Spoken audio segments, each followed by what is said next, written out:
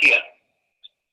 Consiste en administrar un fármaco al enfermo en pequeñitas dosis a fin de estimular la propia capacidad curativa de la propia persona.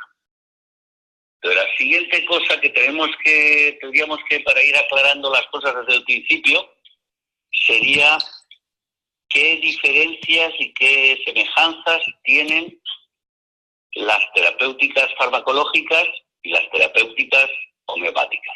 ¿Se me oye? Sí. ¿Sí? Vale. Bien. Las semejanzas son obvias. Las dos terapias usan fármacos. Entonces, ¿qué es un fármaco? Pues todos los fármacos tienen siempre un efecto primario, que es el que le da el carácter a ese fármaco, y un efecto secundario, que es la respuesta del organismo vivo al que se le ha entrado dicho fármaco. Es decir, hay algo que identifica al fármaco por sí mismo, para que nos entendamos esto. Al primero se llama efecto primario y al segundo se llama efecto secundario o no deseado. Imaginaros que, para celebrar esta debacle que hemos tenido hoy con el sonido, nos vamos para celebrarlo, porque al final hay que celebrarlo todo, de copas todos. Nos vamos de copas todos y en ese irnos de copas todos bebemos alcohol, que es también una droga, la droga oficial del sistema. Y el efecto primario del alcohol lo veríamos al cabo de 2 o 3 horas de ir de tasca en tasca, pues aumenta la desinhibición de las personas, hay un ánimo que está un poquito más elevado, hay locuacidad, la gente habla mucho. Eso sería el efecto primario del alcohol, que es común más o menos a todo el mundo, ¿no? Pero al cabo de pasar 3 o 4 tasas, pues llevamos 2 horas de copas,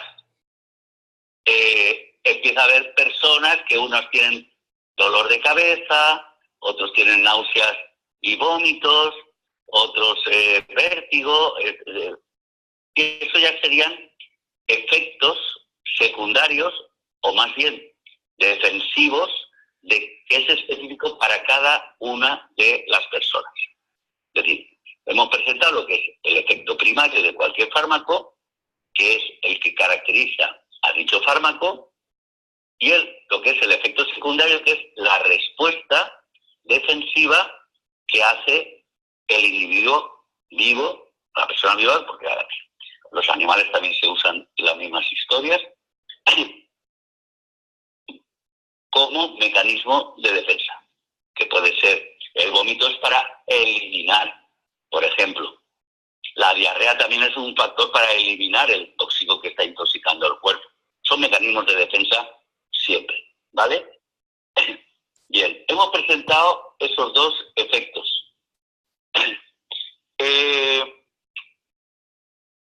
Hemos dicho, ¿qué es lo que se asemeja a la homeopatía y a la terapéutica convencional? Que los dos usan fármacos. ¿Y cuál es la diferencia? La forma como usan esos fármacos. Por ejemplo, en la terapéutica convencional farmacológica se busca un fármaco cuyo efecto primario sea contrario al síntoma que quiero eliminar. Por eso tenemos antitérmicos, tenemos antibióticos, tenemos antihistamínicos. En general, no se puede generalizar porque también hay veces en que hay déficit de hormonas, entonces se dan las hormonas sintéticas para equilibrar los organismos, ¿no? Bien. Pero en general, esta idea nos vale para ir entrando en el tema de la homeopatía. Y por lo tanto, siempre habrán más o menos efectos secundarios que siempre serán específicos para a unas personas y a otros les afectará más y a otros les afectará menos, que son los efectos secundarios. Normalmente hacen pruebas farmacológicas antes a la gente y si no son muy graves los efectos secundarios, se comercializa dicho fármaco. Si no eso, es decir, que hay unas normativas para permitir que un medicamento se venda, pero de todas formas, en los años 60 en Europa invadió la talidomida. Bueno, en Estados Unidos no, porque desde el principio sabían que eso no iba bien. Nunca se comercializó la talidomida en Estados Unidos. Pero vamos al tema que nos ocupa. La homeopatía hace lo siguiente. No busca en el fármaco que tenga un efecto primario muy similar a toda la sintomatología que presenta el paciente individualizado. Es decir, todo y tal como lo vive. Entendido por síntomas, los cambios en el sentir y en el actuar en una persona que le afecta una patología o una enfermedad, ¿no? Busca un efecto primario que sea similar. Por eso lo da en dosis muy pequeñitas con un propósito que se estimule el efecto secundario, es decir, sería más como pensar en la vacuna, ¿no? que todo el mundo más o menos lo hace. Dar una dosis pequeñita con el propósito de que el efecto secundario sea la autocuración de la persona. Es un efecto como de reacción. Hasta aquí me habéis entendido. Me gustaría oír algo porque me siento como en una cueva yo aquí metido. No, pero Ay, a ver, tomo la palabra. Aquí lo tenemos más o menos claro, ¿no? Tomo la palabra, Pepe. O sea, hay un efecto primario y un efecto secundario. El efecto primario es común para todos y el efecto secundario... No, el efecto primario es el efecto que caracteriza al fármaco. Que caracteriza al fármaco... Cuando se habla del alcohol, el efecto primario sería locuacidad, desinhibición... Eso es. Elevar el estado de ánimo, por ejemplo, ¿no? Pero los secundarios son una reacción, ¿no? Una reacción o respuesta del organismo vivo que ha recibido esa droga. Sí. Son específicos e individuales. Eso es. Entonces, la homeopatía lo que hace es que te da un poquito de un fármaco para buscar la respuesta secundaria. Pero también está en la actitud. En la farmacología se busca un fármaco cuyo efecto primario sea contrario al síntoma, sí. Y en homeopatía se busca un fármaco que el efecto primario sea similar al síntoma, a la sintomatología del paciente. Sí, sí, eso Esta es la gran diferencia que hay, ¿no? Sí. Y lo que se busca es que sea el mismo efecto que produce el síntoma para buscar la reacción. Para que haya una reacción secundaria, y esa reacción secundaria es la que provoca la curación en la homeopatía. Eso es, ¿Vale? Por eso no es enteramente cierto que los medicamentos homeopáticos no tienen efectos secundarios.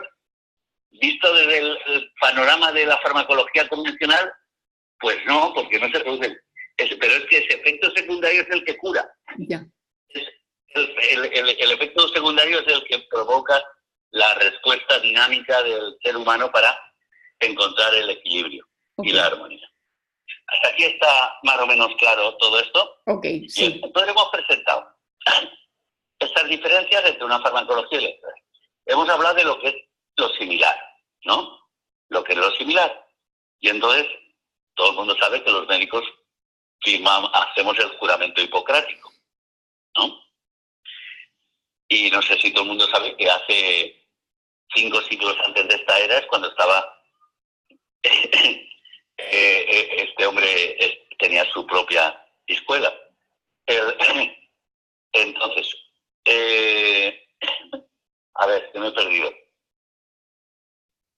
Hace 500 años antes de esta era, en la escuela de Hipócrates se decía que habían infecciones que las provocaban determinadas plantas y esas mismas plantas podían curar las mismas infecciones. En general, por ejemplo, a ver, como una sustancia que... La pintura de Cantari podía provocar cistitis y hematuria, que en la época aquella se llamaba estrangurria. La estrangurria era una cistitis con mucha sangre, con hematuria. Y decía Hipócrates que la estrangurria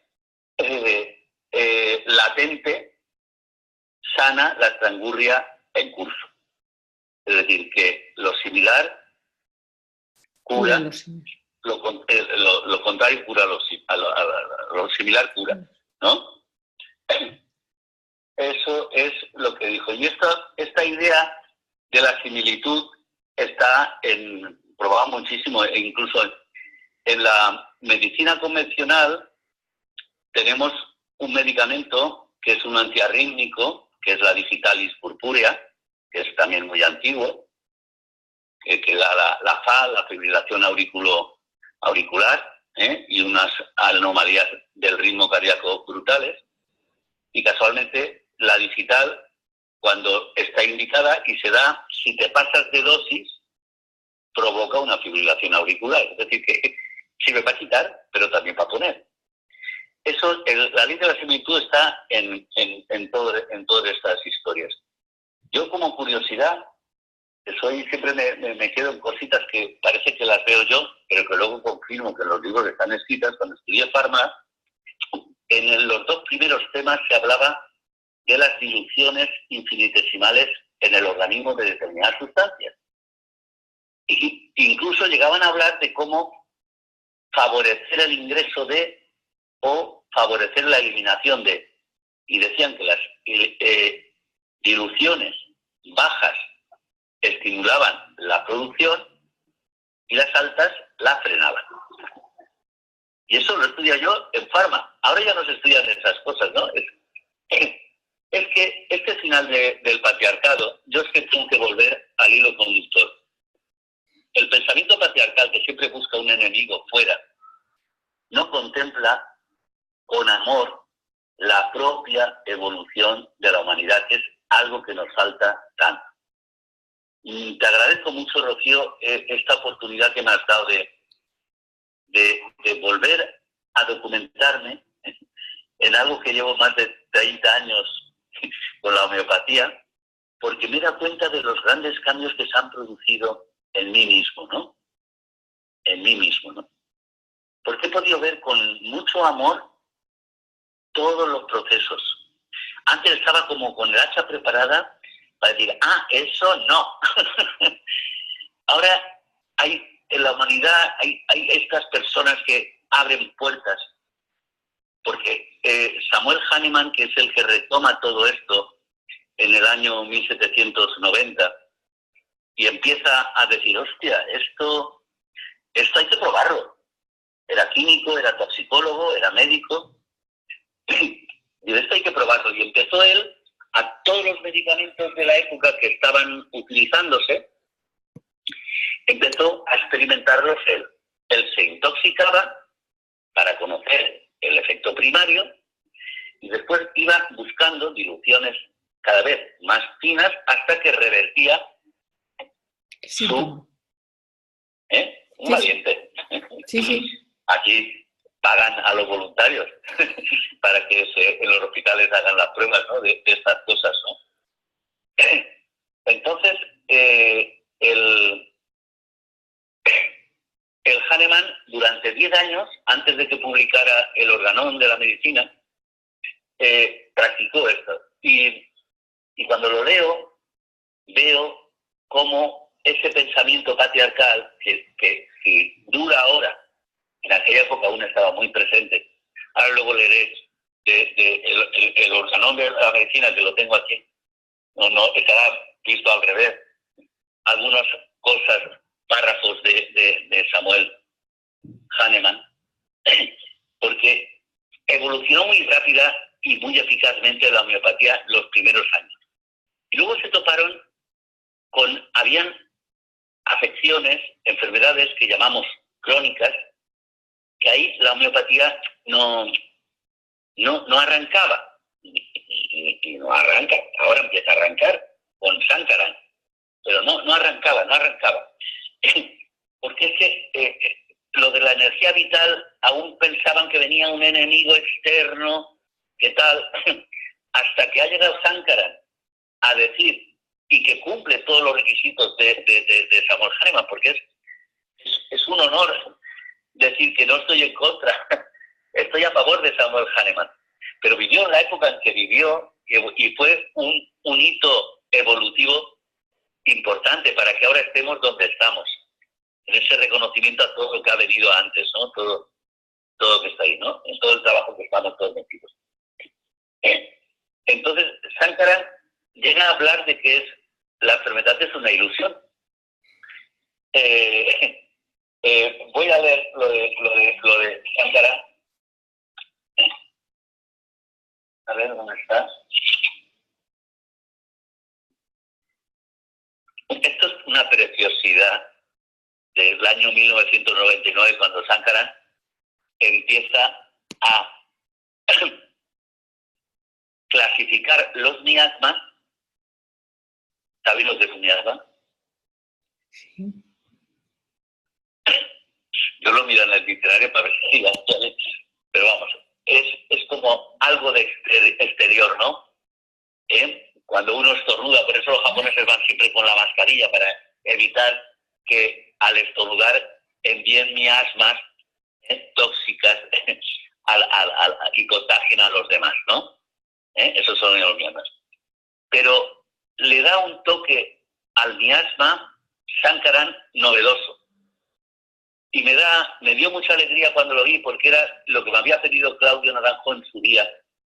Porque el equivalente a los caracteres, que son estructuras defensivas, para que podamos entenderlo, los 9 caracteres por 327 que hay, del enneagrama. Del enneagrama, sí. Del enneagrama, guardan relación con este Sankaran. Es increíble, porque también hay 9 y medio, como él dice, y representan como esas gafas que distorsionan la realidad y hacen que vivamos una realidad virtual, que es el carácter que nos filtra toda esta realidad. Y llega a afirmar, que yo comparto, que toda enfermedad es una ilusión. Es una ilusión que hace sufrir mucho, pero es una ilusión. Mira qué definición de Sankaran tiene de salud. Salud es la libertad que supone para el ser humano estar en el presente y cumplir con el propósito de la vida. El ser humano es un instrumento del espíritu y se le asigna un propósito específico. La enfermedad obstaculiza la capacidad del organismo para cumplir este propósito, puesto que no permite que el ser humano reaccione ante el presente, esto es súper importante, sino que le hace reaccionar según una situación del pasado. Ese trabajo que están haciendo, sí, que venimos haciendo todos. Es como una convergencia desde distintos enfoques que tenemos, pero llegamos a los mismos lugares, por Dios. Es una preciosidad la época que estamos viviendo. Y yo nada más que puedo decir que estoy enamorado de todo lo que veo y miro con mucho amor a todo, a Samuel Hahnemann, y en otra época diría, ay, pero aquí en España también hubo, antes de los Reyes Católicos, porque los Reyes Católicos fueron cuando se expulsaron de España la ciencia y la sabiduría, porque vivían en armonía judíos, cristianos y musulmanes, que eran los mejores matemáticos, médicos, astrólogos, astrónomos, alquimistas, de todo lo habido y por haber, era eso. Y lo que no veo yo que no haya ningún libro con esto en relación con la homeopatía, es que hace unos 35 años, en Toledo, en unos libros de caza ilustrados, árabes, un lingüista granadino descubrió que toda la medicina de la época, que se llamaba llamaba Alquimia y Espagiria, la Espagiria, estaba en el anverso de todo ese libro de Kant, como si lo hubieran escondido ahí toda esa información para que nos llegara en esta época, porque está llegado, llega toda la vez, que está llegando toda la vez. ¿Tienes? Entonces, bueno, me he desviado un poco del tema, pero creo que la idea principal la tenemos clara, la definición de libertad está clara, los miasmas es la predisposición latente a padecer de un modo característico que sería el carácter del eneagrama, distintos caracteres, ¿no? Es decir, ¿cómo filtro yo la realidad? El uno, que sería la ira, filtra la realidad diciendo yo, lo que digan los demás me la suda. La única verdad es la mía. Porque en la infancia tiene un palo de a la persona que tenía idealizada, ve que se acostaba con la niñera y dice, pues tú me vas a dar a mí normas. Así que la norma ahora me la voy a poner yo, que sería la ira. Y no se enfadan nunca y por eso son dogmáticos, porque no fían de ninguna verdad exterior, solamente la verdad suya es la única verdad, y por eso el peor palo que les puede pasar es enfadarse, entrar en la ira. Por eso se llama el uno, la ira. Bueno, los miasmas de la predisposición latente a padecer de un modo característico diferentes tipos de percepción errónea de la realidad. Eso es los miasmas. Diferentes tipos de percepción errónea de la realidad. Porque estás mirando la realidad bajo una información del pasado. No está en el presente. La respuesta fue válida en el pasado, pero en el presente no y eso genera patología. Viene a decir que la perturbación central es mental, siempre es mental. Sánkara. Entonces, el paso de gigante que se da de la homeopatía del principio de Hahnemann, que estábamos en lo que se podía ver, palpar, escuchar, que eran los síntomas más externos, que funcionó muy bien en todos los agudos, pero cuando se llegó a lo crónico, que ahí es donde está una forma de ver la realidad que ya en sí es patológica, que es la labor del profesional de la medicina, poder con paciencia llegar a captar, a experimentar lo que experimenta su propio paciente. No sé si me... Sí, sigue. Bueno, me gustaría que me dijerais algo porque me siento como en una cueva hablando yo solo. No, tú estás en la cueva porque te están escuchando. Mira las caras. Sí. Sí. Es curioso, es una sensación que no había tenido nunca, ¿no? Yo necesito el calor, ¿no? Pero me siento muy... No, es que el teléfono, porque lo que no quiero es quedarme con el teléfono sin batería. Solamente. Vale, seguimos. Bueno, no sé si queríais preguntar algo. ¿Cómo se plantea una historia clínica? Pues como habéis visto, de la parte más dogmática, porque Hahnemann era un hombre muy abierto, y el organón de la medicina es eso, pero cuando se toma como un dogma, se cristaliza y no evoluciona. Es decir, ha tenido que pasar todo este tiempo hasta que Sánkara, y no solamente Sánkara, ha habido dos que también empiezan por ese, los tres empiezan por ese. Shore, en Estados Unidos, en California, que introduce remedios homeopáticos de pájaros, de aves, que no había. Y en Alemania, que son más cuadriculados y más ordenados, cogieron el sistema periódico. Yo creo que te lo conté a ti, ¿no? Empezaron a ver... Un momento, que vea un poco.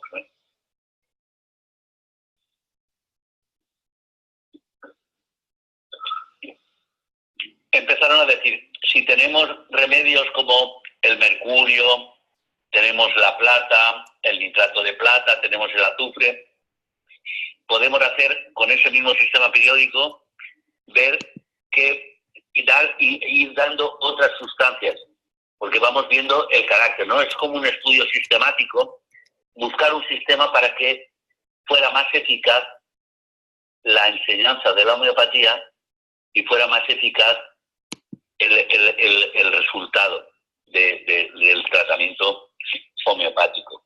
Es decir, todo eso se junta en los años 90, como en 80, 90, que es cuando se puso todo esta bajada en donde coincidimos en diferentes lugares. Y tiene que ver, yo quiero resaltar eso porque es como yo lo veo y que creo que está bien decirlo, es cuando hay una mayoría de gente, investigadores, que caminando por diferentes lugares dejan de estar en guerra para buscar la paz, que es como hacerle una pequeña grieta a esa coraza de miedo que es lo que genera la duda, que es lo que genera el intento de controlar en función de fluir en la vida y de participar en la vida, que es lo que ha separado a la humanidad del resto de los seres vivos que compartimos casa, que es la Madre Tierra, ¿no? Entonces, en ese sentido,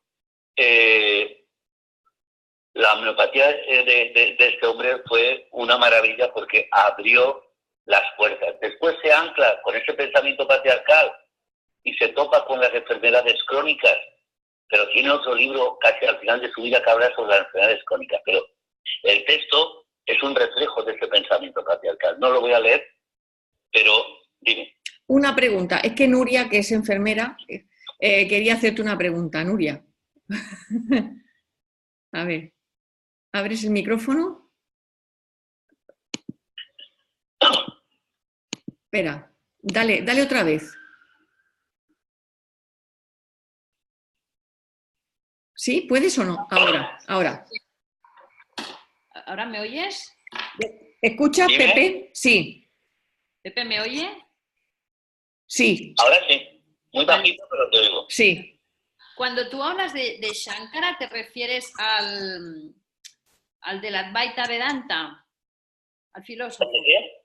¿A quién se refiere? Cuando hablas de Shankara, Es el que tiene un libro que se llama El espíritu de la homeopatía. Tiene un libro que se llama El espíritu de la homeopatía. este Y tal él Shankara. empieza a dar cursos en Angers, en Francia, cuando, como hemos hecho todos, estudiamos homeopatía, empezamos a practicarla, hay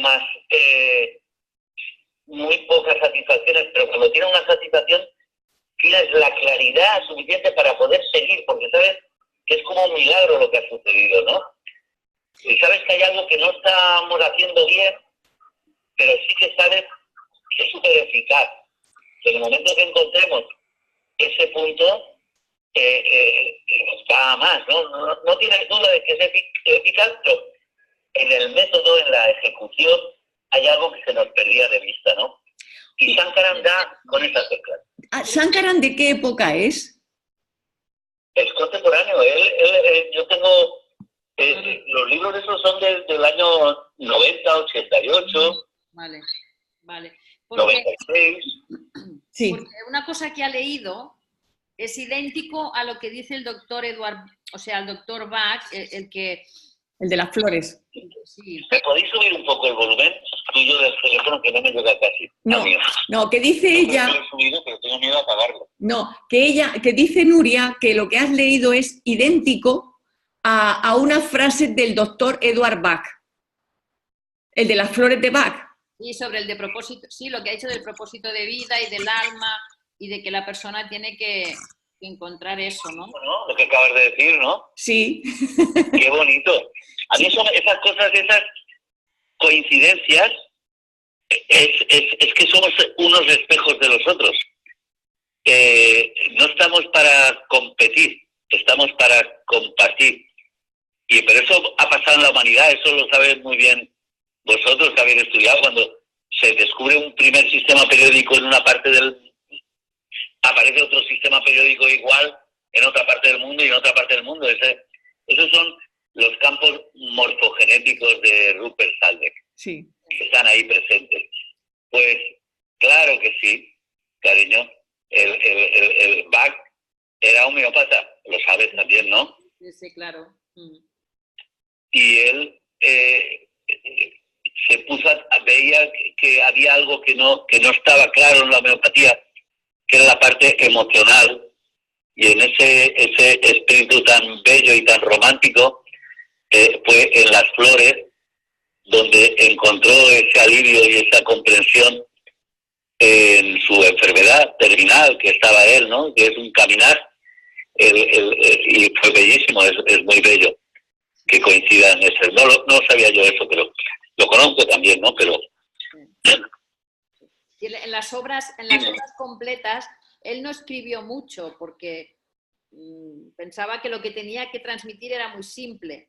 Me gusta por su sencillez, pero básicamente él decía lo mismo que has dicho tú. Quiero decir algo sobre la homeopatía. ¿Puedo hacer una pregunta? Sí, claro, claro. Claro, puedes hacer lo que quieras, cariño.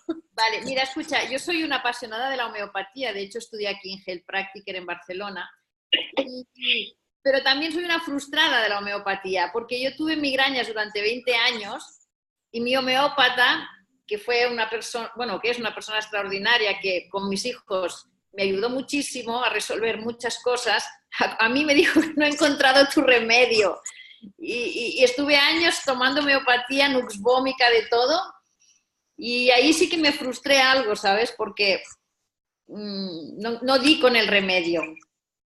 Entonces, no sé, solamente te lo quería preguntar, pues, a veces porque hay muchísimos remedios, ¿no? A veces es difícil, ¿no? Hacerla... Con Sankaran cambia eso también. Sí. Con Sankaran el médico no elige nada, es lo más parecido a la Gestalt, a las corrientes terapéuticas de los últimos tiempos. Con Sankaran la actitud del médico es acompañar en una búsqueda de la perturbación central, en donde ya no hay palabras, ya no hay síntomas. Es eso que dice uno, ¿cómo te sientes? Donde ya no hay palabras, donde está el gesto, donde está esas cosas, porque es un acompañamiento, es un arte, porque la medicina siempre ha sido un arte, ¿no? No es enumerar una serie de síntomas mentales, ¿no? Coger un listado de síntomas mentales, es acercarse a experimentar lo que experimenta tu propio paciente, ¿no? Ese es el trabajo de eso. Y llega más a decir, en relación a lo que estabas diciendo, que es el paciente el que determina con la nueva estructura de cómo hacer la historia clínica del paciente, pasando por unos determinados filtros. Hay un filtro primero que es el miasma, que sería como el carácter, esa deformidad con que uno ve la realidad, ¿no? En donde también no hay que juzgarla desde uno, sino también si es adecuada a lo que está viviendo la persona o no. Porque si es adecuada no hay nada que hacer. Hay momentos en que uno está en la rabia y es lo que toca. No tiene por qué ser patológico. Es decir, pero él va haciendo filtros, después por el lenguaje determina si el remedio es mineral, si es vegetal o si es animal, porque si es mineral predomina la estructura en todas las cosas, si es vegetal vas haciendo filtros y vas cerrando posibilidades, vas cerrando, es como vas enfilando hacia el centro, hacia esa perturbación central que es el origen de todo, porque cuando tú dices que tienes una migraña, pero es tu migraña, te afecta a todo tu ser, a toda tu historia. Entonces, ahí donde ya no hay palabras, donde uno está la perturbación central, que está el miasma, está la intensidad y está todo eso, ¿no? Entonces, en esa aproximación es el paciente el que si dice que se siente como un león en jaula, pues habrá que darle Lactleonix, que se hacen. Hay 2 laboratorios en el mundo, uno en Ginebra y otro en Wells, en Inglaterra, que fabrican lo que pidas. No tenemos por qué hacer más pruebas. Hay que fiarse de la intuición del paciente. Yo no soy ningún salvador. Eso que decimos que el pecado de los que nos dedicamos a esto es el salvador. Para que haya salvadores tiene que haber víctimas. Y el salvador no valora al paciente que tiene enfrente. Cuando uno empieza a valorar a la persona que tiene enfrente y la acompaña en ese acto de amor, porque es un acto de amor, si todo aquí es un acto de amor, llegamos a descubrir con él dónde eso. Y llega más, Sandra llega a decir, si yo le digo una sustancia de una planta y se la describo, imagínate una planta carnívora. Una planta carnívora es una unidad, porque los insectos que entran a la planta se sienten que de repente que pegan pegados, que se quedan cogidos, que no se pueden soltar, que les falta el aire, que tal. Es decir, todas esas sensaciones, cuando se las describes a la persona, incluso él llama homeoterapia, en el sentido de que es una psicoterapia por contagio, por explicar lo que está sucediendo en esa fuente, que es lo que te darían para sanar la perturbación central de la persona y ser libre, como habíamos dicho, que era lo que te había hecho venir acá. Pues estar en Barcelona, ¿me has dicho? Sí. Sí. Nuria vive en Barcelona. Nuria, yo en Barcelona estuve con una doctora que se llama Lourdes Tormos, sí, que no sé cuál es la línea, no tengo contacto con ella hace mucho tiempo, pero todos pasamos por épocas. No puedo decir en qué época se encuentra ella porque he perdido contacto con ella. Todos vamos por etapas. sí. Pero ella es una gran conocedora del método de Sankaran. Vale. Lourdes Tormos. Tormos. Se llama Tornos. Lourdes Tornos. Sí, creo que tenía la consulta por la plaza de Eivissa. Ibiza, que en catalán no sé si cómo es Eivissa. Sí, la plaza Ibiza, ya sé dónde está. Otra pregunta. Por allí creo que tenía la consulta ella. ¿Y tú qué opinas del unicismo o del pluralismo? A ver. ¿Qué opinas del unicismo o del pluralismo? Esta pregunta ya se la hice yo. Eso, en los códigos andinos hay una cosa que se llama el ANIA, que dice que todas las verdades son verdad. Eso es el pensamiento patriarcal que tanto insisto yo. Como que tiene que haber alguien en contra de. Tengo que hacer valer mi verdad, es ante todo la mía, y voy a competir con tu verdad. No es de compartir. Yo, gracias a toda esta hecatombe que hemos tenido, que yo ya lo venía anunciando hacía tiempo, hay un más respeto entre todos los que hacen de los medicamentos homeopáticos, sean complejos en gotas, sean pluralistas como los franceses o sean unicistas como los mexicanos, como los argentinos, como los españoles, como Sankaran, pero todo está bien. Y es el caminar. Esto es como una escalera en donde tanto el médico como los pacientes, como la humanidad, vamos en ascensión. Y espero que no nos pongamos zancadillas los unos a los otros. Que vayamos subiendo cada uno por donde encuentre más fácil su propio caminar, ¿no? Sí, muy no bien. sé si tú dónde estás. Gracias, Pepe. Digo que gracias. ¿Qué te dice que gracias? Ajá. Lo ideal sería eso. Lo otro sería todas las cosas se pueden valorar, pero mira, yo incluso, tú eres enfermera, me has dicho, ¿no? Sí. Yo he trabajado en urgencias y pues claro, he pinchado de todo y cuando te llegan la gente con ciática, por ejemplo, con un dolor o una neuralgia brutal, pues si tú con la migraña es igual, ¿no?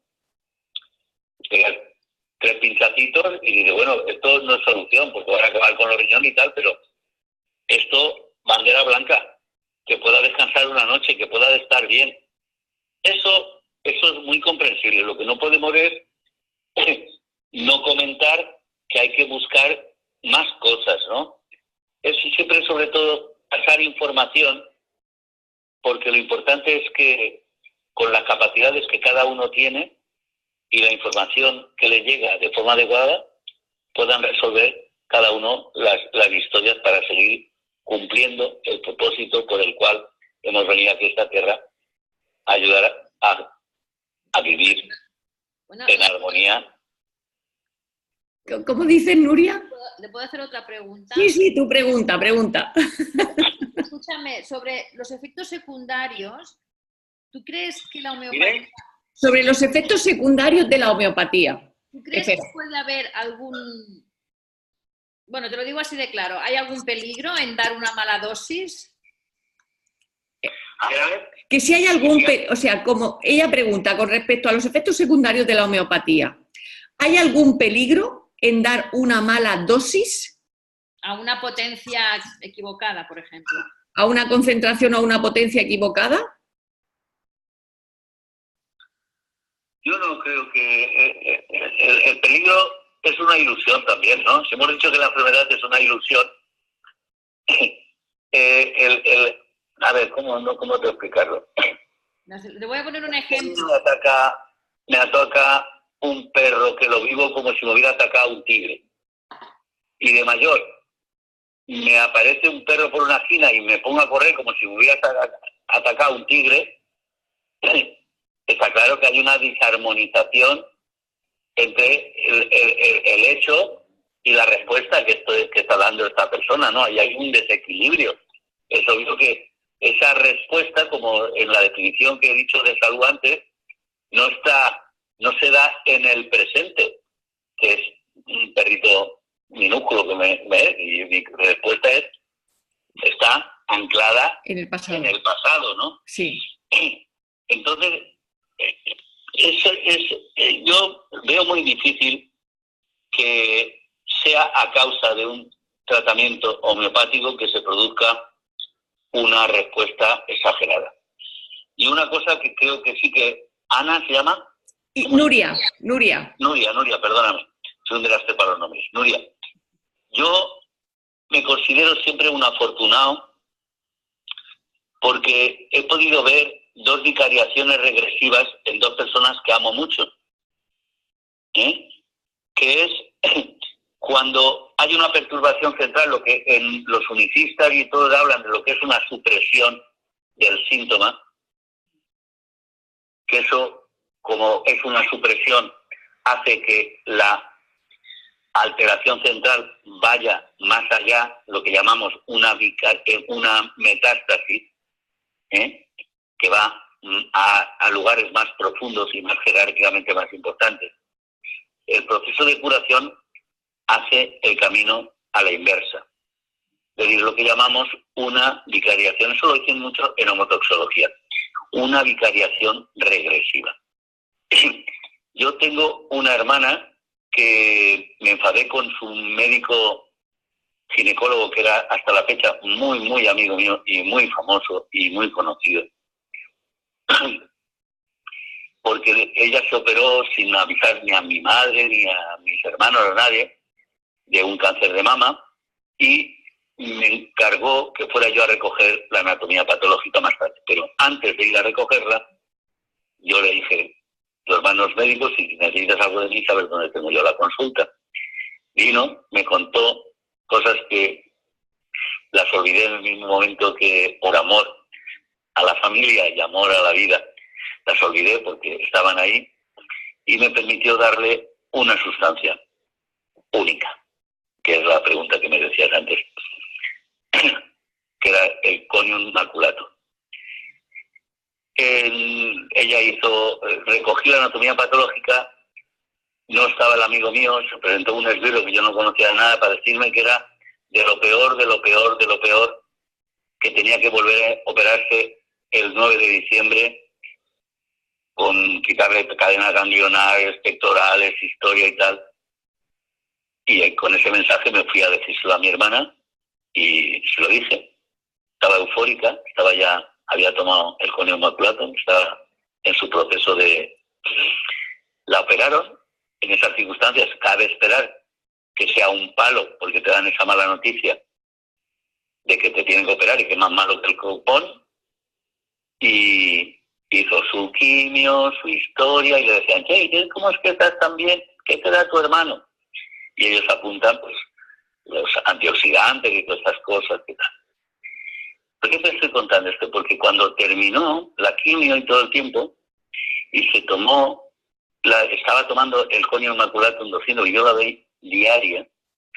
Soy un unicista muy raro, pero yo me dejo fiar por mi intuición, ¿no? Si no quiero dogmas de los demás, yo estudio y hago lo que considero yo. Si no, sería un robot. No somos robots, nadie, espero. Los robots hacen el trabajo del robot mucho mejor que cualquier humano. Los humanos tenemos ese libre albedrío y esa intuición que los robots no tienen. Y un día me llama, que me puso los pelos de punta y me dijo, Pepe, ¿te acuerdas cuando yo tenía 16 años, 17 años, que me salió un eritema nudoso paratibial? Una chica de 17 años que van a la playa con sus piernas todas depiladas y tan presumiendo de piernas, pues era un problemón. Pero a mí cuando me lo dijo, me puso la carne de gallina y le dije, Carmen, no sabes la alegría que me da. Mi hermana no entendía nada. ¿Pero qué me dices? Si, ¿te acuerdas que me lo quitó el doctor Madaria, que me dio el tratamiento? En la época era todo tuberculosis. Le dieron el cóctel de antibióticos para la tuberculosis durante 6 meses y desapareció. Le suprimieron el síntoma que luego dio origen al cáncer de mama, en esa distorsión de la energía vital, el núcleo. Y yo le dije, si es lo que yo pienso, deja de tomar el conium maculatum, que en 48 horas tiene que desaparecer el eritema nudoso y no hay. Sí que hay leyes que confirman la curación. Y eso, en la medicina que estudié durante la carrera de medicina, jamás nadie me había hablado de esas leyes de la curación, que eso tuve que estudiar muchas cosas por aquí y por allá para ir enterándome yo. Y esa suerte la he tenido yo. Yo sé que es una bivariación regresiva. Mi hermana de eso hace más de 20 y tantos años. No ha tenido ninguna recidiva. Y se sigue tomando de vez en cuando el conium maculatum cuando se ve apurada.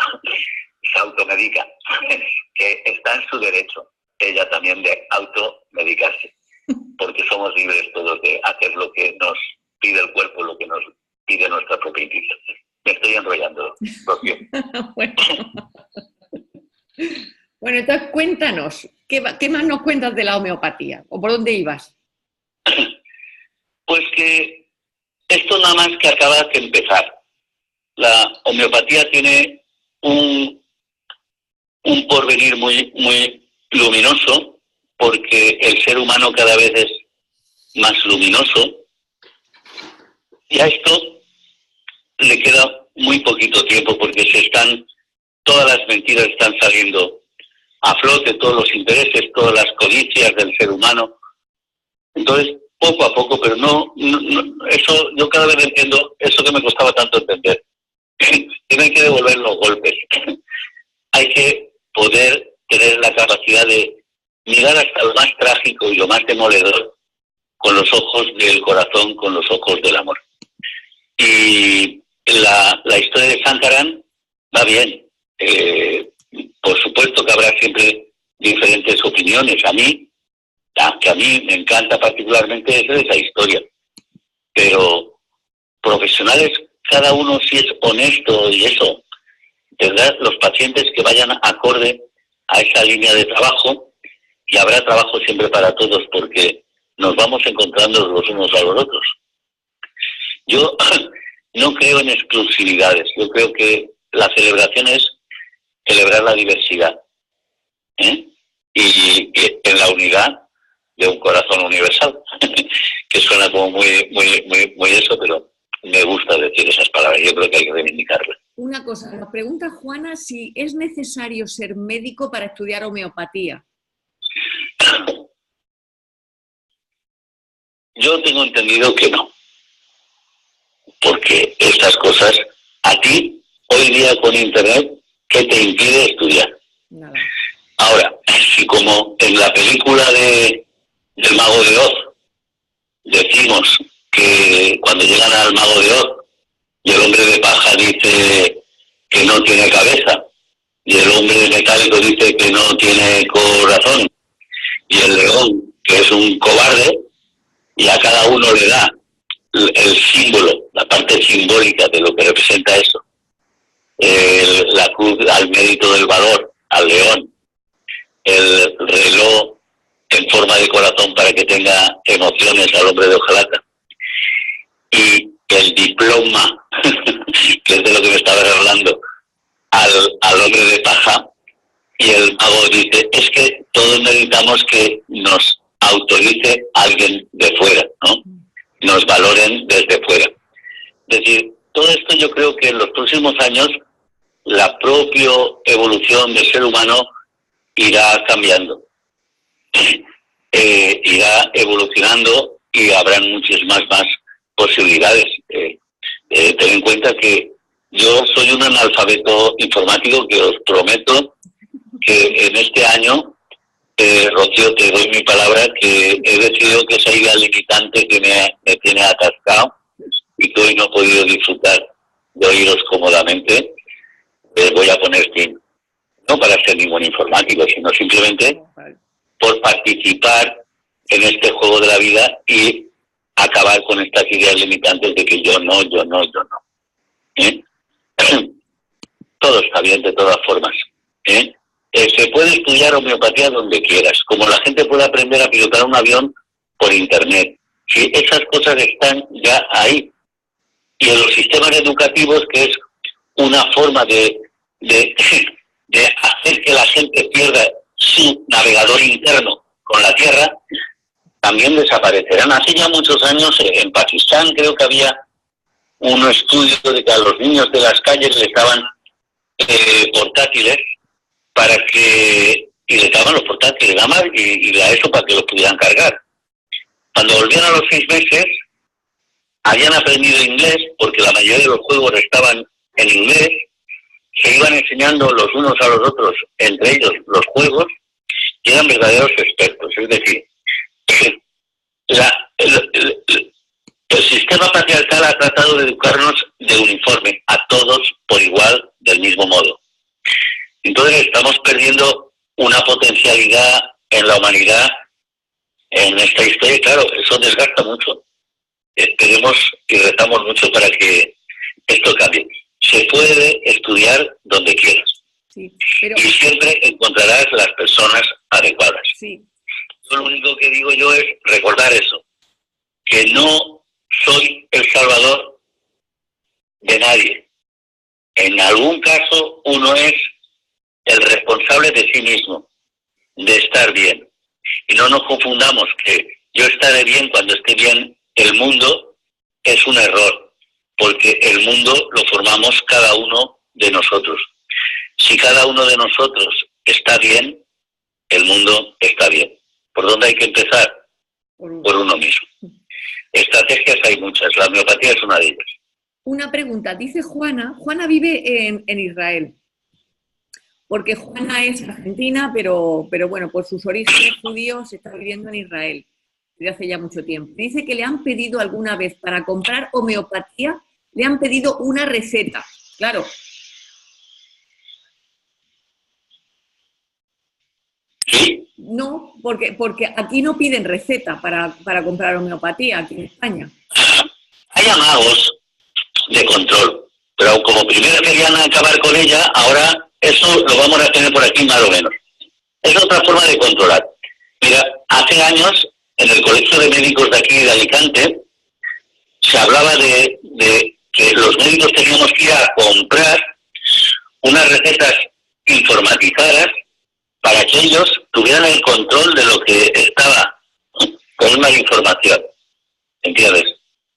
No es que se atente contra la privacidad de las personas, pero sí a cómo se mueve el mercado y quién lo mueve, ¿vale?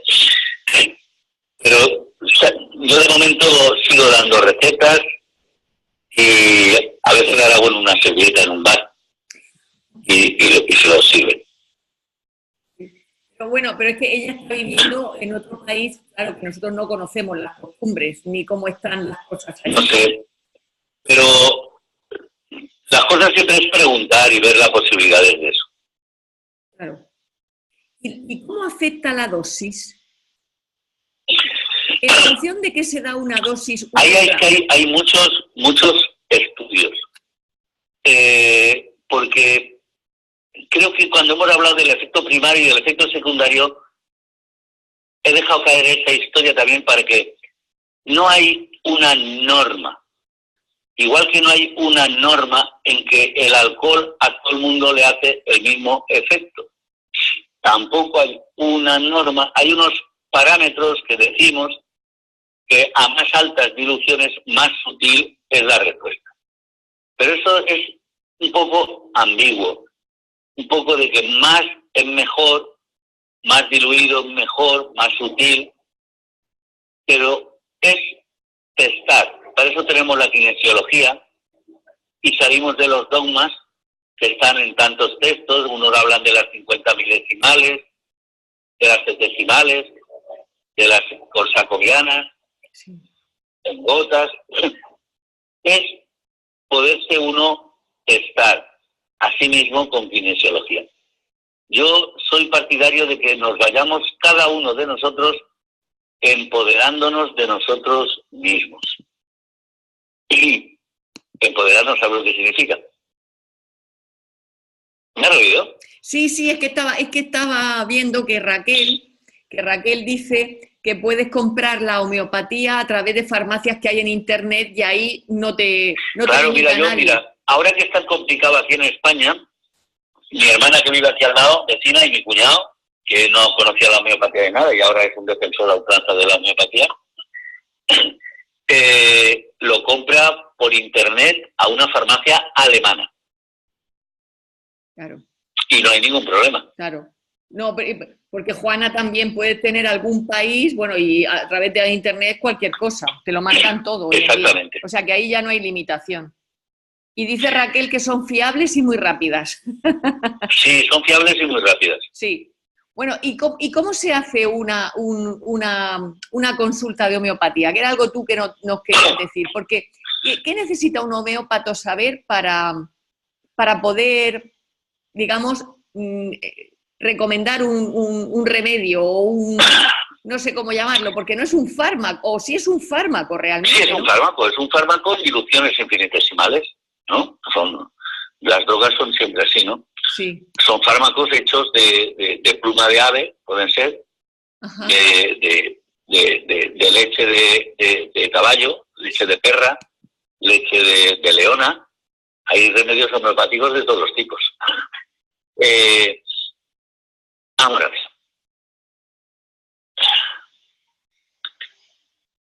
cuando se acude a un homeópata se supone que se ha buscado una persona que es afín al paciente. Se han encontrado los dos, ¿no? Pues estas cosas son encuentros, que cada uno encuentra la horma de su zapato. Y no quiere decir ni que sea ni mejor ni peor, sino que cada uno, y así vamos caminando y vamos creciendo todos con las experiencias que vamos teniendo. ¿Qué necesita un médico? ¿Cómo plantear la historia?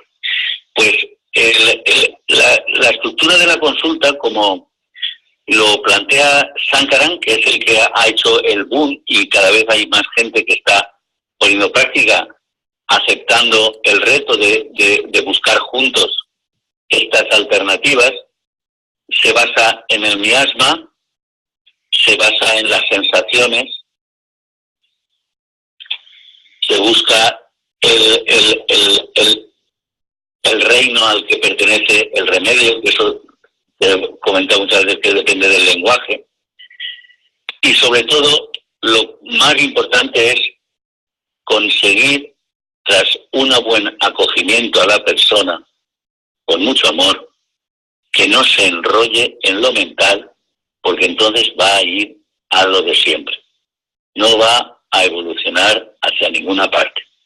Es una pérdida de tiempo para todos, ¿no?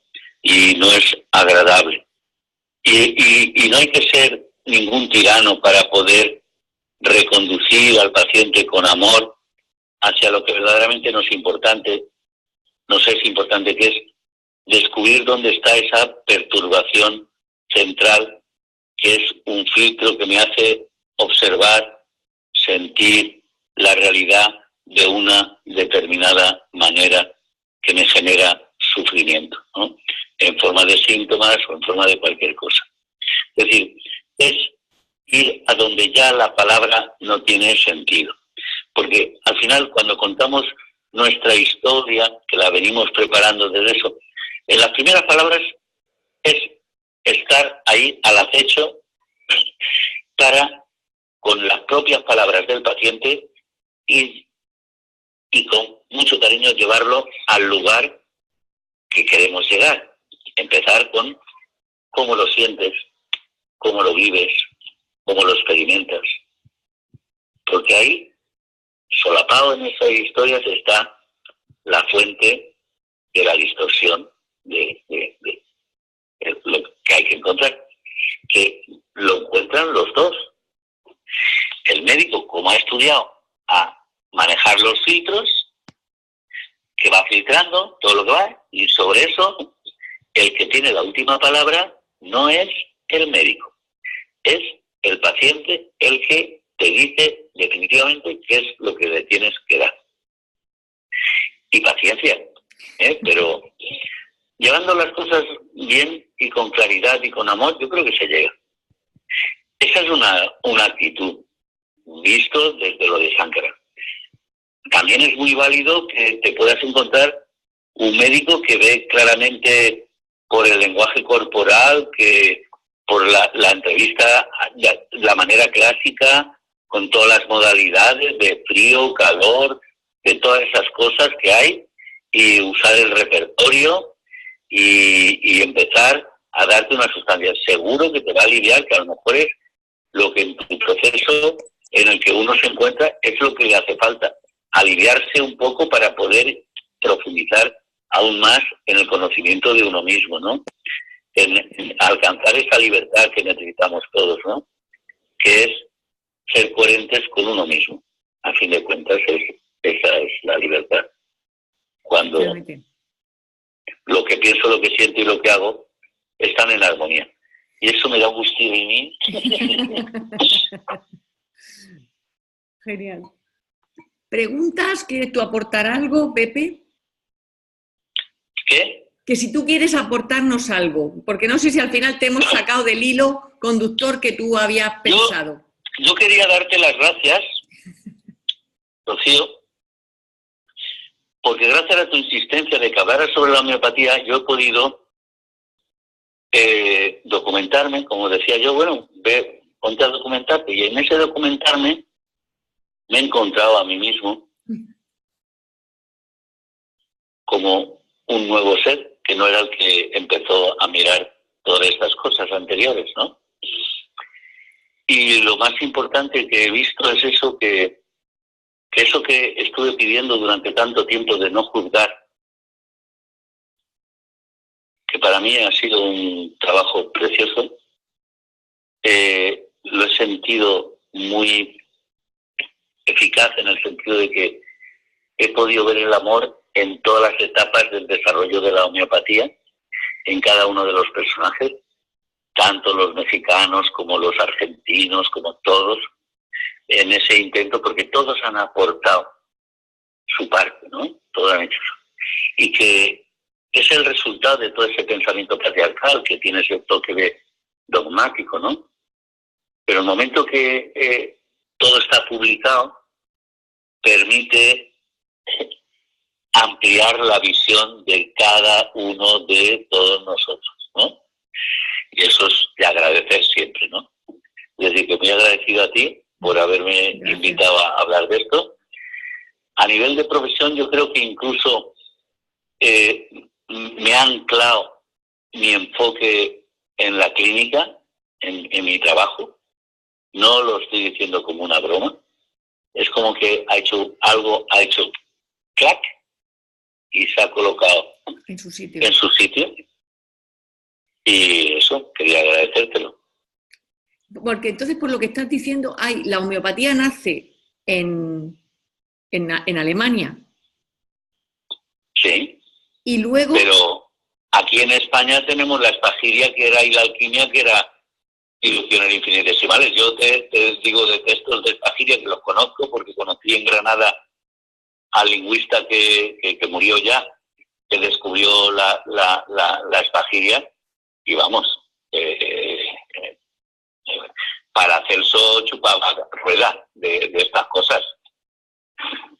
Que venía, hacía muchos viajes aquí para coger toda la información que era de lo mejor que había en el mundo occidental, ¿no? En Alemania, el Samuel Hahnemann lo que hace es, con el coraje de experimentarlo en él mismo durante 10 años, y con ese método y esa cuadricular que decimos que tienen los alemanes, escribió este libro que os he enseñado, El órgano de la medicina, que es una joya leerlo y ver todas las cosas y la generosidad que tiene, ¿no? Que es reconocer cuando se tropieza con las enfermedades crónicas y que no hay algo que él no entiende ahí. Pero habla de un mal, cuando con la época que vivimos ahora vemos que eso es una ilusión también, que es la distorsión, nos cuenta muy bien, ¿no? Lo de la distorsión central. Imagínate que hay una enredadera, que yo pongo un palo. ¿Qué va a pasar con la enredadera? Se va a enredar alrededor del palo. ¿Qué es lo único que tengo que hacer? Quitar el palo. Quitar la perturbación central. Ya. Ese es el trabajo. Quitarla, para poderla quitar, que hay que saber conocerla. Que es llegar a ella. Claro. Y llegar a ella es el trabajo del homeópata con su paciente. No obstante, hay muy válida y nada tóxica la homotoxología alemana, que son complejos, que yo estoy cansado siempre cuando me llaman así por teléfono y me piden consultas de estas rápidas. Dolor de hombro, de codos, ferro, nomacor, en gotas, funciona de maravilla. Para un tipo de dolor que se caracteriza porque es peor por la noche, y así te puedo decir cantidad de cosas que suprimen los síntomas, pues, pero alivian a las personas también. Entonces, como lo que decía en urgencias, bandera blanca siempre viene bien. Claro. Pero también es una decisión de cada cual. Y yo no soy quien para juzgar qué hacen unos y qué hacen los otros, porque creo que todos hacemos lo mejor que podemos las cosas. Y que sabemos, ¿no? Y que sabemos, nada Claro. más. Una cosa, ¿la homeopatía puede tratar también no solamente síntomas físicos, sino también aspectos emocionales? Eso era una de las cosas que iba a leer, pero como estoy tan incómodo que no sé si estoy más pendiente de hoy que lo oigo. No, porque como antes estabas comentando con Nuria, que por una parte, Edward Bach,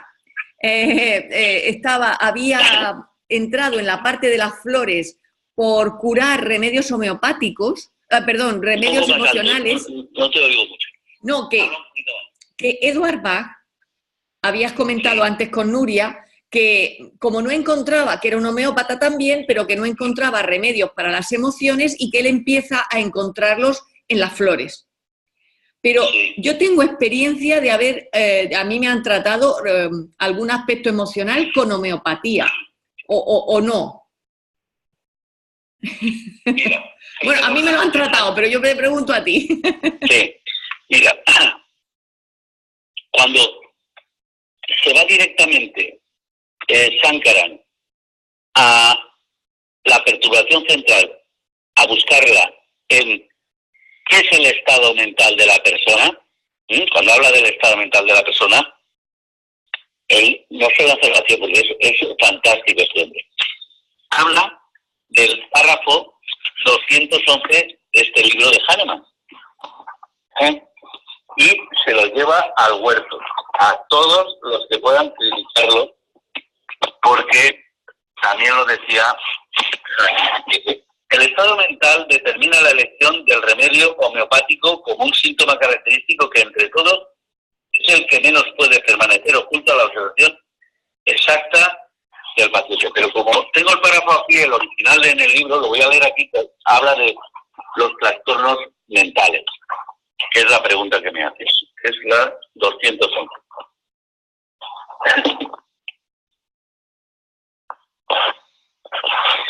Dice,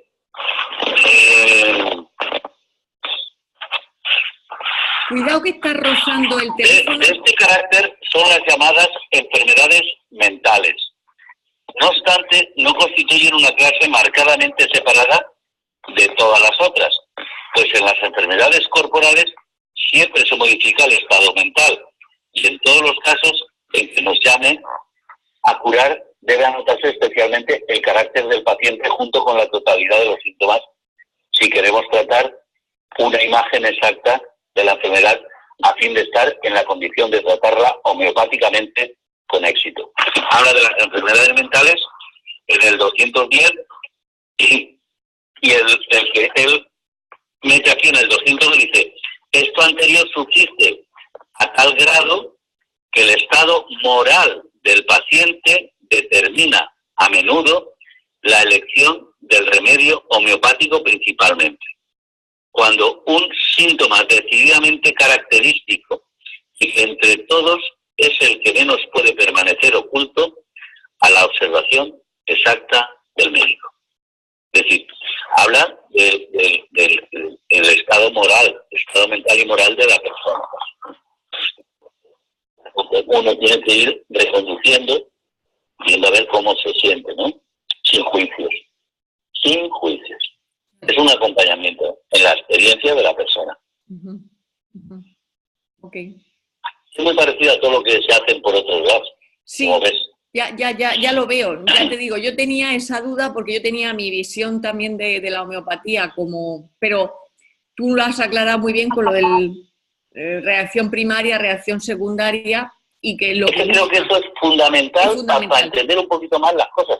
Sí. Quería empezar por ahí, por eso. Claro. No me he equivocado. No. ¿Alguna pregunta? Nuria.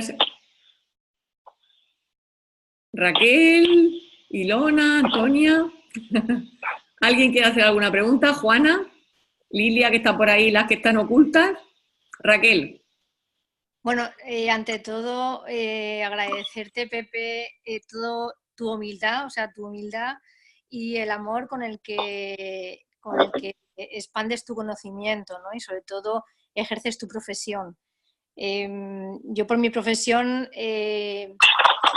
conocí la homeopatía porque empecé estudiando la medicina oriental, la medicina china, hasta que me di cuenta que, bueno, nuestra raza, pese a que somos todos seres humanos, es occidental, con lo cual fui a parar con la medicina aspagiria y Paracelso, y a partir de ahí, bueno, empecé a estudiar muchísimo. No soy médico, ni tampoco pretendo ir de médico por la vida, pero sí que utilizo mucho el sentido común a la hora de escuchar qué es lo que me pasa a nivel físico, cómo reacciona mi cuerpo ante X, ¿no?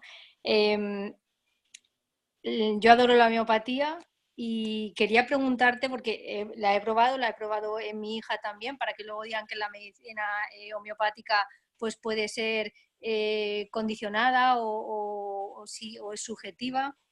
Yo en mi hija, por ejemplo, que es una bebé no llega a 2 añitos, le falta un mes para cumplirlos, funciona de una forma bellísima, o sea, espectacular, y en la niña no hay ningún condicionante externo, ni los papás le estamos diciendo en el oído, Lucía, ¿te va a funcionar o no te va a funcionar? Simplemente funciona.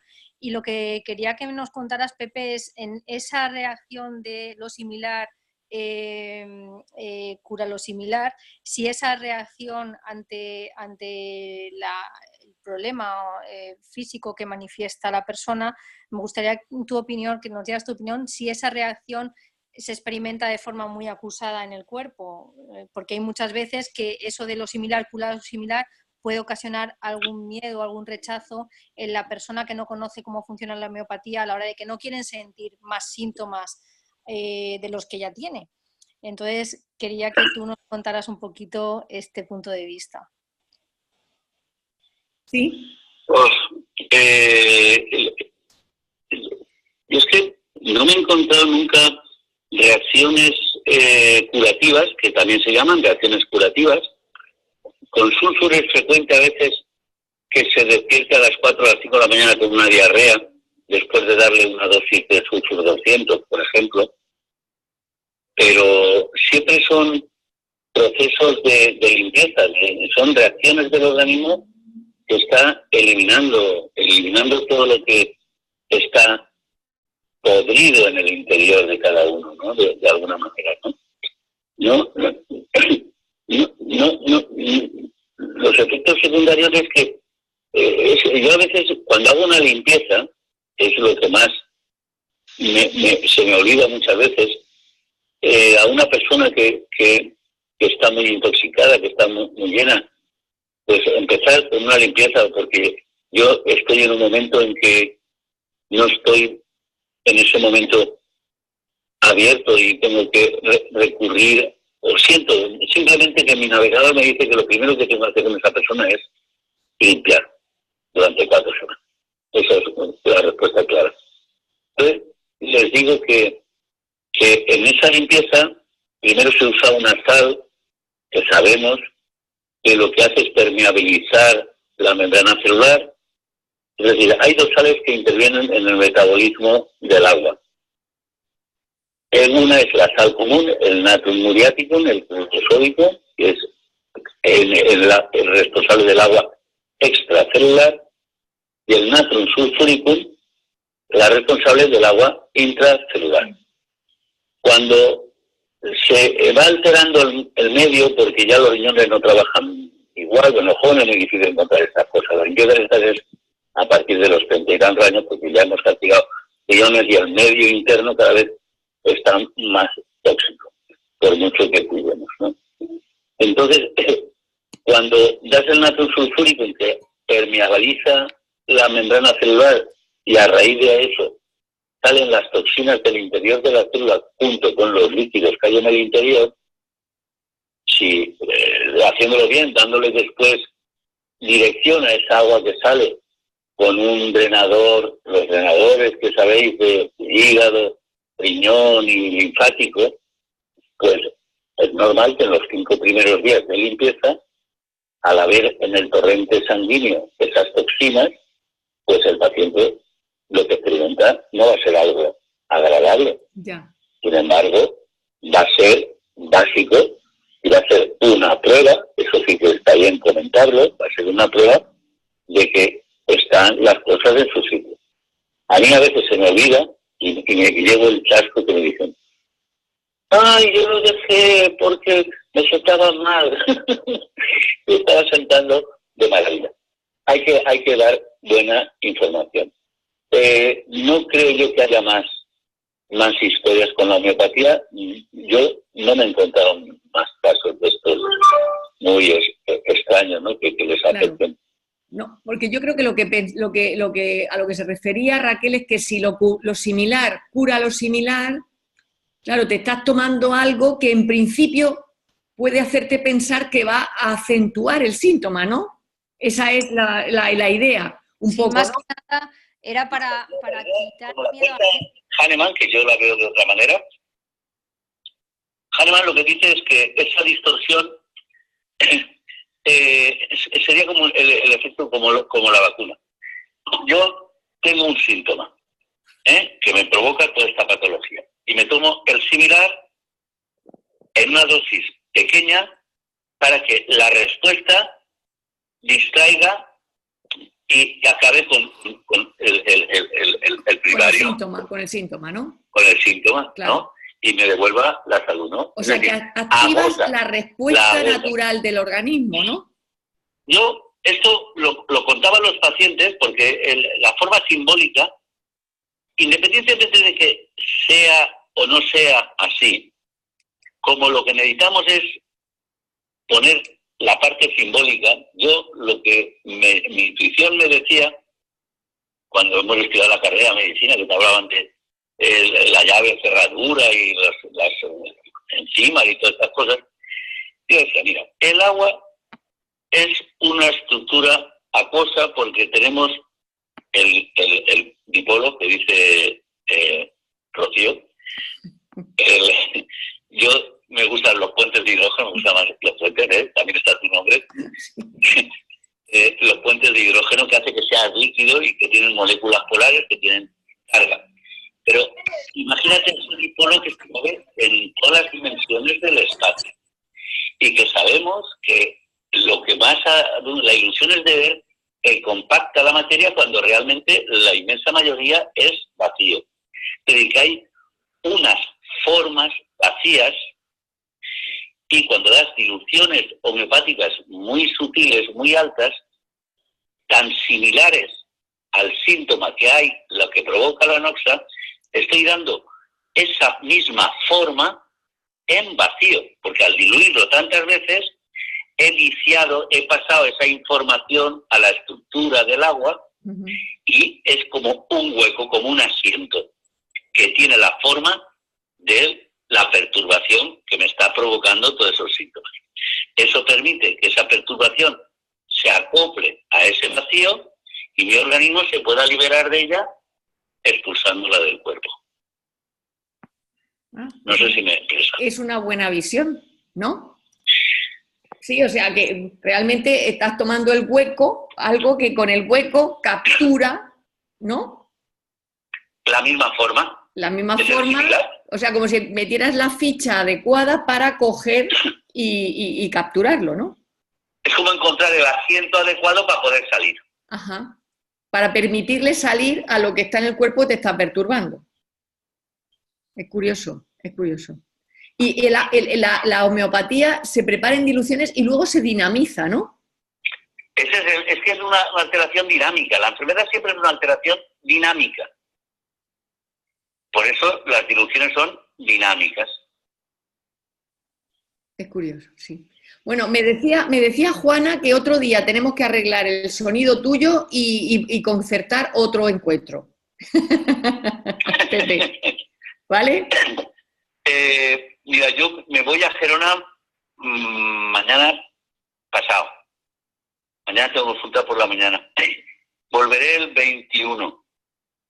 Y luego, a ver si en esta semana del 28, 29, 30, igual nos vemos nosotros y aclaramos lo de los PowerPoint, que estoy ya en ello. Y vemos a ver qué problema técnico hemos tenido. Pero yo creo que el PowerPoint está bien, pero como yo lo visualizo es de una manera dinámica también, ¿no? Que es como un refuerzo a lo que vas hablando, sí, que se vaya impregnando con letras, que la letra tenga movilidad. Sí. Porque así, en lo mismo que hemos hablado del vacío, de las diluciones, en el mensaje que se da hablado están las pausas, los silencios. Y entonces, cuando tú ves todos los párrafos completamente escritos, no está el ritmo. Pero se puede hacer que salga al ritmo que tú quieras. Eso. Porque yo soy la reina del PowerPoint, o sea que yo ahí tengo mis herramientas. Pero me has captado lo que yo digo, sí, ¿no? Sí, claro, porque yo hacía también, sobre todo cuando daba clase, hacía salir las palabras cuando yo quería. Porque, claro, hay veces que tienes que ir parando para poner atención en las determinadas ideas, pero bueno, lo veremos, ¿vale? Una pregunta. A ver, Dime.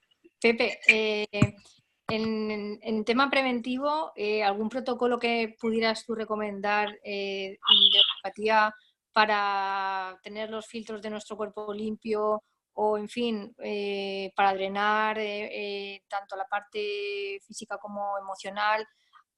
¿Nos podrías recomendar algún tipo de protocolo de forma preventiva desde el punto de vista de la medicina homeopática? Bueno, tú me has dicho que hacías algo de espagiria, ¿no? Sí, pero bueno, quería escuchar tu opinión. sí. En espagiria tenéis el Naturalsal, que es el Natrum sulfuricum, Sí. ¿no? Sí. Que, no sé, me imagino que os lo han explicado así. Esa sal interviene en el metabolismo del agua intracelular, por lo tanto permeabiliza la membrana celular. Es decir, limpiar a los niños no me parece adecuado. Tiene que ser una persona ya adulta, por lo menos de más de 20 y tantos años, para hacer esto de la limpieza. Y luego los drenadores serían poner 13 gotas de cada uno del Linux, Marvisan y Burjasín y Berbarín. No, pero el Berbarín. Hay 4 Berbarín. botes, hay 4 botes, ¿no? ¿O 3? Son 4.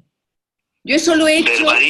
Berbarín es riñón, Linux es digestivo y hígado, y Marvisan es linfático.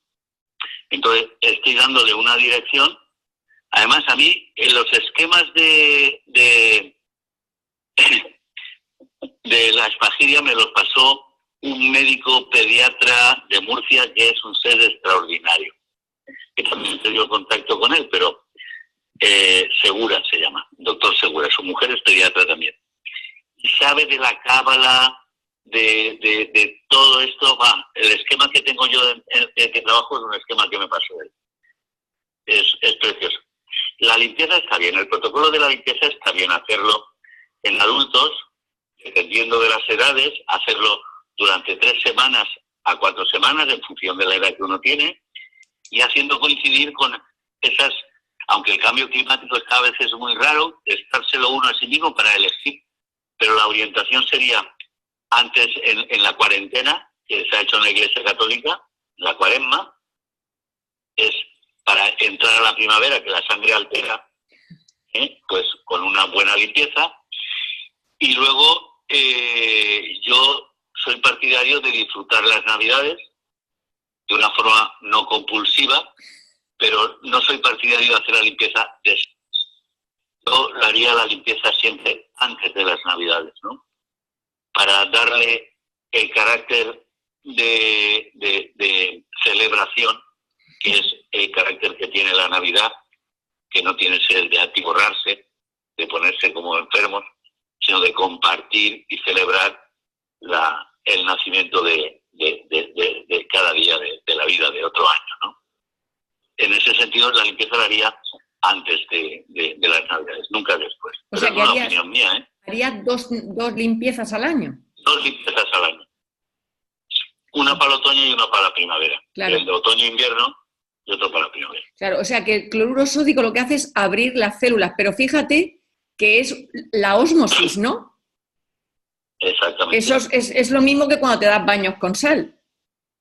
Igual. Es lo mismo, pero lo que pasa es que como te lo ingieres, abres tus células porque cambian la presión y hay un fluir de salida del interior hacia el exterior.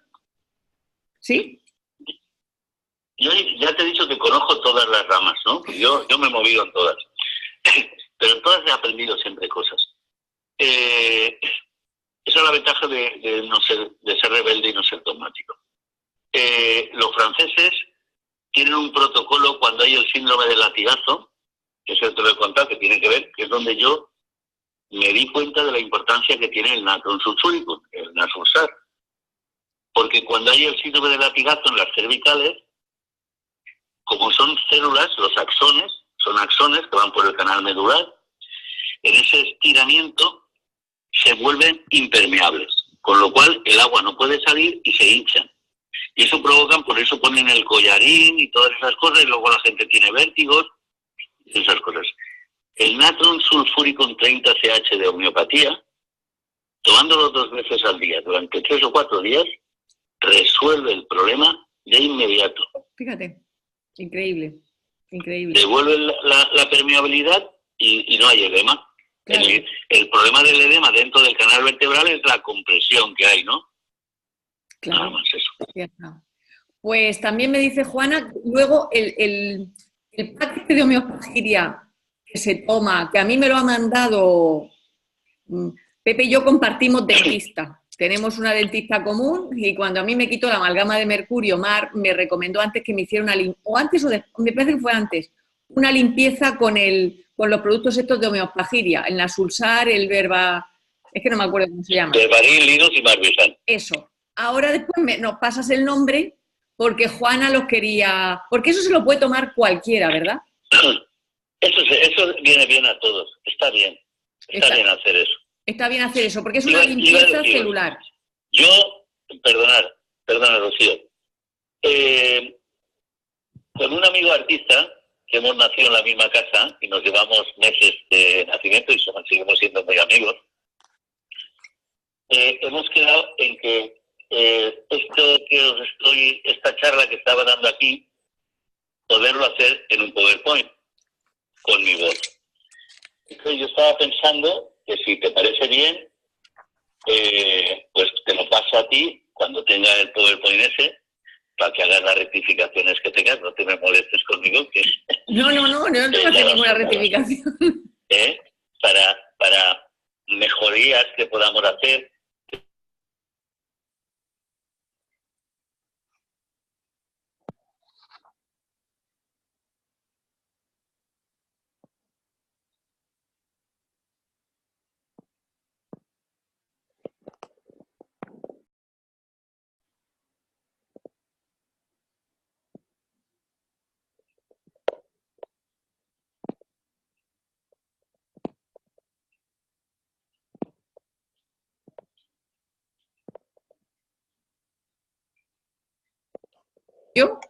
Me había ido yo, no sé por qué. Porque vosotros estabais, ¿verdad? Bueno, pues nada, me he ido yo. Se ha ido, o sea, de repente se me ha quedado la pantalla negra y ya está. Bueno, ¿qué estabas diciendo, Pepe? Que cuando tenga ese PowerPoint me acerco y te lo presento. Perfecto. Y si tenemos que hacer alguna cosa más, lo hacemos y así compensamos las dificultades que ha habido con todo esto y añadiré alguna cosita más a lo mejor. Vale, de acuerdo. Y entonces lo pasamos, ¿vale? Y si tenéis alguna duda o tal, me lo decís y os pongo en contacto con Pepe, ¿vale, Pepe? Muy bien. ¿Vale? Venga. Bueno, pues... De acuerdo. Pues muchísimas gracias, Pepe, por lo que nos has aportado, por lo que nos has aclarado y te seguiremos preguntando, ¿eh? O sea que no te olvidamos. Vale. ¿Vale? Venga. Muy bien. Pues anda, Pues sí, a mí no se me ve. Me ha atendido también. Sí. Y haber sido tan flexibles con este accidente del sonido. Sí. Que lo hemos resuelto de la mejor manera posible, porque cuando hay una buena intención siempre se puede. Efectivamente. Y a pesar de mi incomodidad, de mi oído sobre todo, que no tenía la intensidad, a lo mejor yo hablo demasiado fuerte, por eso me he sentido muy cómodo con todos vosotros. Pues ¿vale? Estupendo. Pues muchísimas gracias y a ver, por aquí nos dice Marisol si hay algún libro que nos recomiendes para usuarios, en principio, para leer acerca de la homeopatía. Yo me iría directamente a Sankaran. A Sankaran. De lo último. Yo siempre digo que, y luego lo otro es que metes en cualquier sitio de la red para encontrar protocolos de remedios y cosas, esa está la red completamente llena. Porque es como si subiéramos una escalera. La homeopatía es como si subiéramos una escalera, ¿no? Como esto que hemos explicado del efecto primario y del efecto secundario, eso te permite, sin exagerar la supresión del síntoma, que es un dogma también, un poco eso, Estaban hablando de homeopatía en España. Aliviar síntomas por similitud, por la propia similitud, ¿no? Y eso siempre es mejor que usar cualquier otro tipo de tratamiento. Y en ese ir avanzando, en esa confianza que uno va alcanzando y en ese